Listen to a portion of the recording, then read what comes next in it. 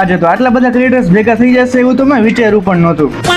So guys અમે આવી ગયા ત્યારે સાગરભાઈના BMW ના શોરૂમ અને જો ઓમ તો અહીંયા છે પણ સાગરભાઈ અહીંયા નથી કેમ કે સાગરભાઈ ગયા છે રેડી થવા કેમ કે અમારે આજે જવાનું હતું BAPS ના માનવ ઉત્કર્ષ મહોત્સવની ઇન્ફ્લુએન્સર મીટમાં. તો આજે હું જવાનો છું સાગરભાઈ સાથે તેની BMW RR 310 માં ને એકદમ ધૂમ બાઇકની ફીલ લેતા લેતા અમે પહોંચી ગયા છીએ રાજકોટના સ્વામિનારાયણ મંદિરે. તો ગાઈઝ આપણે અહીંયા આવ્યા તો આપણે કોણ મળ્યું? ઓહો હેલો ગાઈઝ, મને નથી ઓળખતા, હું બહુ રીલ નથી મૂકતા ને. અરે યાર તમને કોણ નથી ઓળખતું એમ પૂછ્યો. બહુ નો મીઠી મારવાની. એન્ડ પછી ક્રિએટર્સને મળીને અમે આવી ગયા હતા સેમિનાર હોલમાં અને પછી અમે આવી ગયા હતા આગળ કેમ કે ક્રિએટર્સને આપતા હતા એક નાની એવી ભેટ અને ત્યાં આપણે મૌલિક ભાઈ તો કઈક અલગ જ બાકા ચીકી ચાલતી હતી ને ગમે ત્યાં આપણે નિહાલભાઈના ફેન્સ તો આવી જ જાય ને પછી અમે બધા ક્રિએટર્સ આવી ગયા ડિનર માટે. A few moments later.